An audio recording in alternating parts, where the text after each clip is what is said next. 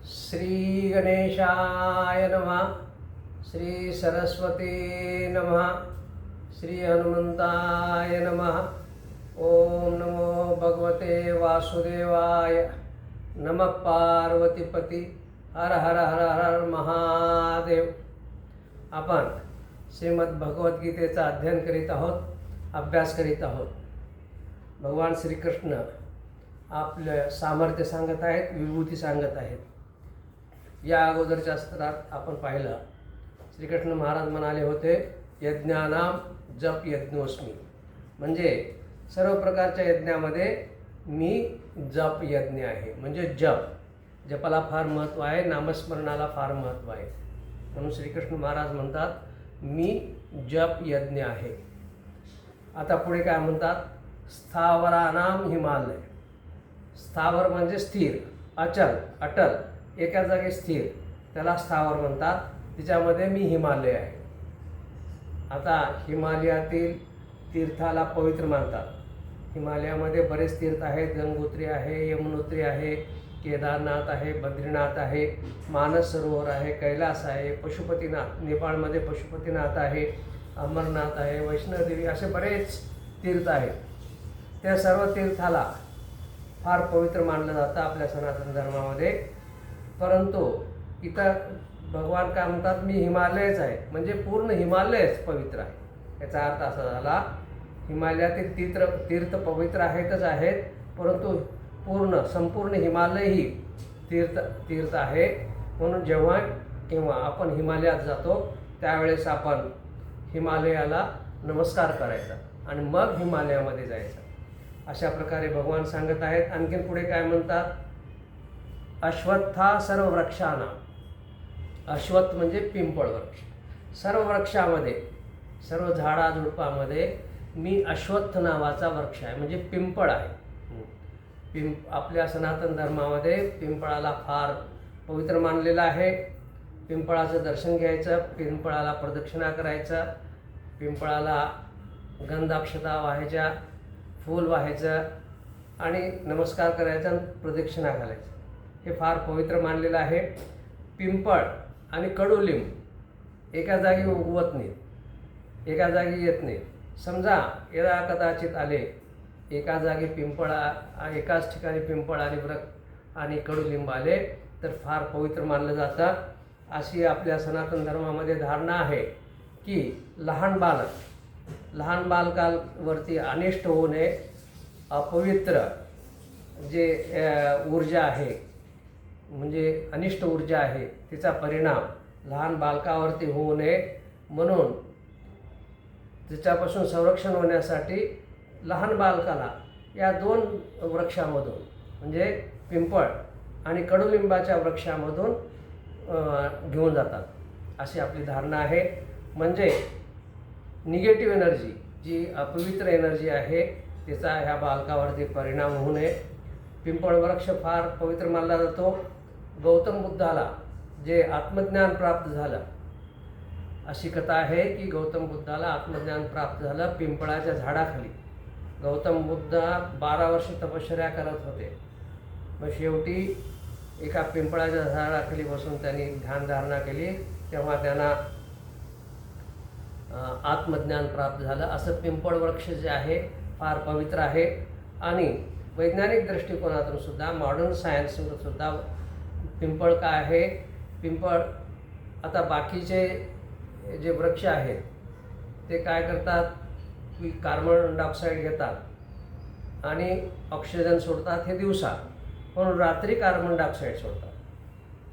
म्हणजे दिवसा बाकीचे झाडं दिवसा ऑक्सिजन सोडतात, रात्री कार्बन डायऑक्साईड सोडतात. परंतु पिंपळ असा वृक्ष आहे तो रात्रंदिवस ऑक्सिजन सोडतो, कार्बन डायऑक्साईड घेतो आणि रात्रंदिवस ऑक्सिजन सोडतो. म्हणून वैज्ञानिक दृष्टिकोनातून आणि धार्मिक दृष्टिकोनातून हा पिंपळाचा वृक्ष अश्वत्थ वृक्ष आहे, तो पवित्र आहे. म्हणून भगवान श्रीकृष्ण म्हणतात, सर्व झाडामध्ये झुडपामध्ये मी अश्वत्थ वृक्ष आहे. नंतर ते काय म्हणतात, देवर्षी नामच नारद. आता देवर्षी जे नारद आहेत ते माझंच रूप आहे. ऋषीचे बरेच प्रकार आहेत. कोणी ब्रह्मऋषी आहे, कोणी राजर्षी आहे, कोणी देवर्षी आहेत. त्या सर्व ऋषीमध्ये राजर्षी, देवर्षी नारद मी आहे असं भगवान सांगत आहेत. नारद हे फार मोठे गुरु आहेत. नारदामुळे भक्त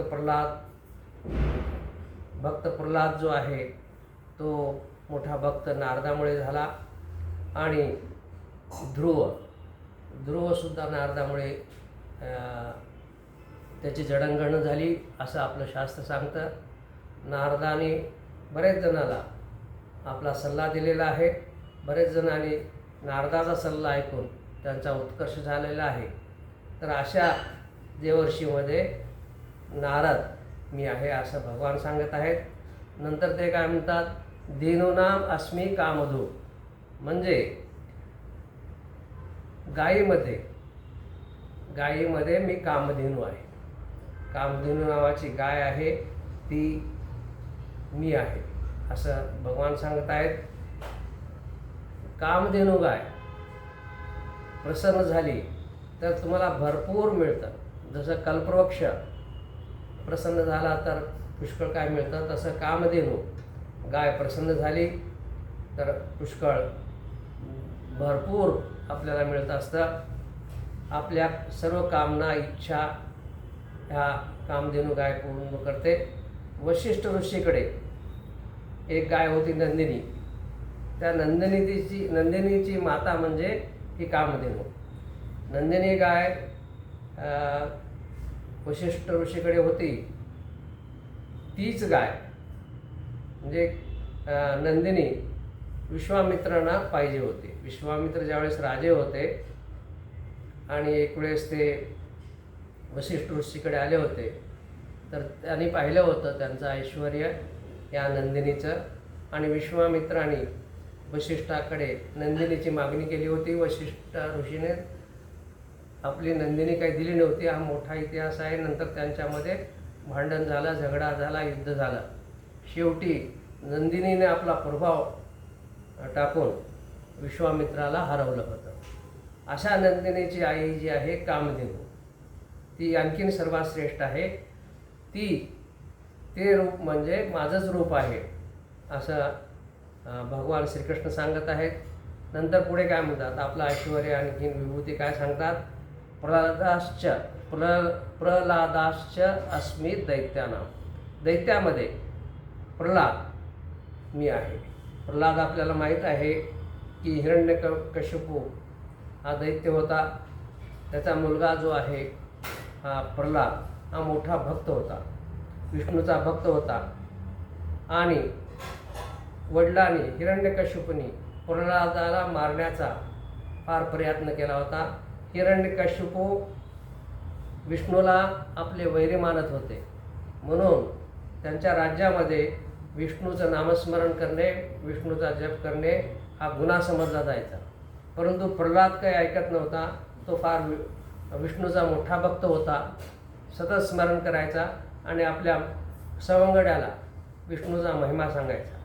म्हणून हिरण्यकशिपूला फार क्रोध येऊन त्या प्रल्हादाचा मारण्याचा बराच प्रयत्न केला होता हिरण्यकशिपूंनी. परंतु प्रत्येक वेळेस भगवंताने हिरण्यकशिपूला मारण्याचा प्रयत्न प्रल्हादाने जरी केला होता तरी प्रल्हादाला भगवंताने वाचवलं होतं. आणि शेवटी जास्तच छळ होऊ लागला तेव्हा भगवान विष्णूने नरसिंह अवतार घेऊन या हिरण्यकशिपूचा वध केला. अशी मोठी आख्यायिका भागवतामध्ये आहे. असा जो प्रल्हाद आहे दैत्यामध्ये, दैत्य जरी असला दैत्यामध्ये सुद्धा असा जो प्रल्हाद आहे, माझा भक्त आहे, तो मीच आहे, माझंच रूप आहे असं भगवान सांगत आहेत. नंतर म्हणतात मृगानांच मृगेंद्र अहम. मृगेंद्र म्हणजे मृग म्हणजे पशु आणि मृगेंद्र म्हणजे पशुचा राजा. म्हणजे पशुमध्ये मी पशुचा राजा जो सिंह तो आहे असं श्रीकृष्ण महाराज सांगत आहेत. सिंह सर्व प्राण्याचा राजा आहे. वनातील जे प्राणी आहे त्याचा राजा हा सिंह आहे. ते माझंच रूप आहे असं श्रीकृष्ण महाराज सांगत आहेत. नंतर ते काय म्हणतात, वैनतेयश्च पक्षिणा. वैनतेय म्हणजे वैनतेय कुणाला म्हणतात, वनिता. वनितेचा पुत्र जो गरुड आहे त्याला वैनतेय म्हणतात. वैनतेय एक नाव आहे, वनिता पुत्र गरुड. तो पक्षामध्ये, पक्षीनाम पक्षामध्ये मी गरुड आहे. आता गरुड हा सर्व पक्षामध्ये वेगवान आहे, फार वेगवान असतो. सर्व पक्षामध्ये त्याचा वेग फार मोठा असतो. हा जो गरुड आहे विष्णूचं वाहन आहे. आणि गरुडाला फार लांबचं दिसतं असं म्हणतात, फार फार दूरचं हा गरुड पाहू शकतो. दूरदृष्टी असते गरुडांना, वेग जास्त असतो. आणि हा गरुड जो आहे विष्णूचा वाहन आहे. म्हणून श्रीकृष्ण महाराज काय म्हणतात, मीच, माझाच अवतार आहे गरुड, असं ते सांगतात. आणखीन पुढे काय म्हणतात, पवनहा पवताम अस्मी. म्हणजे पवित्र करणाऱ्यामध्ये, पवन म्हणजे वायू मी आहे. पवन करणाऱ्यामध्ये, पावन करणाऱ्यामध्ये, पवित्र करणाऱ्यामध्ये मी वायू आहे. रामा शस्त्रभृताम अहम. म्हणजे शस्त्रभृताम म्हणजे शस्त्र धारण करणाऱ्यामध्ये, जे योद्धे आहेत, क्षत्रिय आहेत, शस्त्र धारण करतात, तिच्यामध्ये मी श्रीराम आहे. आता श्रीरामाची कथा सर्वांना माहीत आहे, त्याबद्दल मी काही सांगत नाही.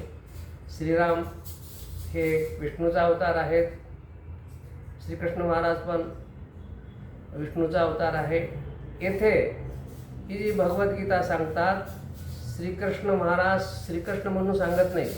हे एक लक्षात ठेवा की भगवद्गीता जी अर्जुनाला श्रीकृष्णाने सांगितली ते श्रीकृष्ण म्हणून सांगितले नाही, ती भगवान म्हणून सांगितलेली आहे, परमात्मा म्हणून सांगितलेली आहे. आता पुढे येईल, जसं शस्त्र धारण करणाऱ्यामध्ये मी श्रीराम आहे, तसं यदुवंशामध्ये मी श्रीकृष्ण आहे असं भगवान म्हणतात. म्हणजे श्रीकृष्णसुद्धा माझी एक विभूती आहे असं भगवान आपल्या या गीतेमध्ये सांगत आहेत. ही गीता आणखीन एक वेळ सांगतो, ही गीता श्रीकृष्ण महाराजांनी श्रीकृष्ण म्हणून सांगितली नाही, ती भगवान परमात्मा म्हणून सांगितलेली आहे. प्रत्येक ठिकाणी श्रीकृष्ण उवाच असं येत नाही, श्री भगवान उवाच म्हणजे प्रत्यक्ष भगवान परमात्मा सांगत आहेत.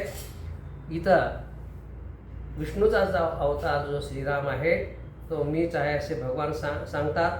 पुढे आणखीन काय म्हणतात, स्त्रोतसाम अस्मी जान्हवी. म्हणजे वाहणाऱ्या नद्यामध्ये, स्त्रोतसाम म्हणजे वाहणाऱ्या नदीमध्ये मी जान्हवी आहे. जान्हवी म्हणजे गंगा नदी. आपल्या धर्मात, सनातन धर्मामध्ये सर्वात पवित्र नदी म्हणजे गंगा नदी आहे, हे आपण मानलेलं आहे. गंगा नदीचं आपण पूजन करतो. गंगा नदीमध्ये स्नान केल्यानंतर आपला पापाचा नाश होतो. अशा प्रकारची धारणा आपल्या समाजामध्ये, आपल्या धर्मामध्ये, सनातन धर्मामध्ये आहे. तर गंगा म्हणजे मीच आहे असं श्रीकृष्ण महाराज सांगतात. नंतर पुढे काय म्हणतात, सर्गानाम आदि अनंतश्च मध्यमच यव अहम. सर्गानाम आदि अंत मध्य यव अहम. सर्गानाम म्हणजे सर्वसृष्टीचा. भगवान आणखीन एक वेळेस सांगता इथे, सर्वसृष्टीचा जो आदी आहे, मध्य आहे आणि मी अंत पण मीच आहे. म्हणजे सर्वसृष्टीच मीच उत्पन्न केलेली आहे आणि सर्वसृष्टी मीच आहे. आणखीन पुढे म्हणतात, अध्यात्मविद्या विद्याना. विद्या पुष्कळ प्रकारच्या विद्या आहेत, त्या विद्येमध्ये अध्यात्मविद्या मी आहे. अध्यात्मविद्या कोणाला म्हणतात की आत्माला जाणण्याची जी विद्या आहे ती मी आहे असं श्रीकृष्ण महाराज सांगत आहेत. बरंच आणखीन पुढे काही सांगणार आहेत. आता एक एक हळूहळू पाहू आपण. बाकीच्या गोष्टी ज्या आहेत, बाकीचं जे ऐश्वर्य आहे ते आपण आता पुढच्या सत्रात बघू. पुढच्या सत्रामध्ये आणखीन भगवान कोणत्या विभूती सांगतील ते आपण पुढच्या सत्रात पाहू. हे सत्र इथेच थांबवतो. ओम नमः शिवाय. नमः पार्वतीपती. हर हर महादेव. ओम शांती शांती शांती.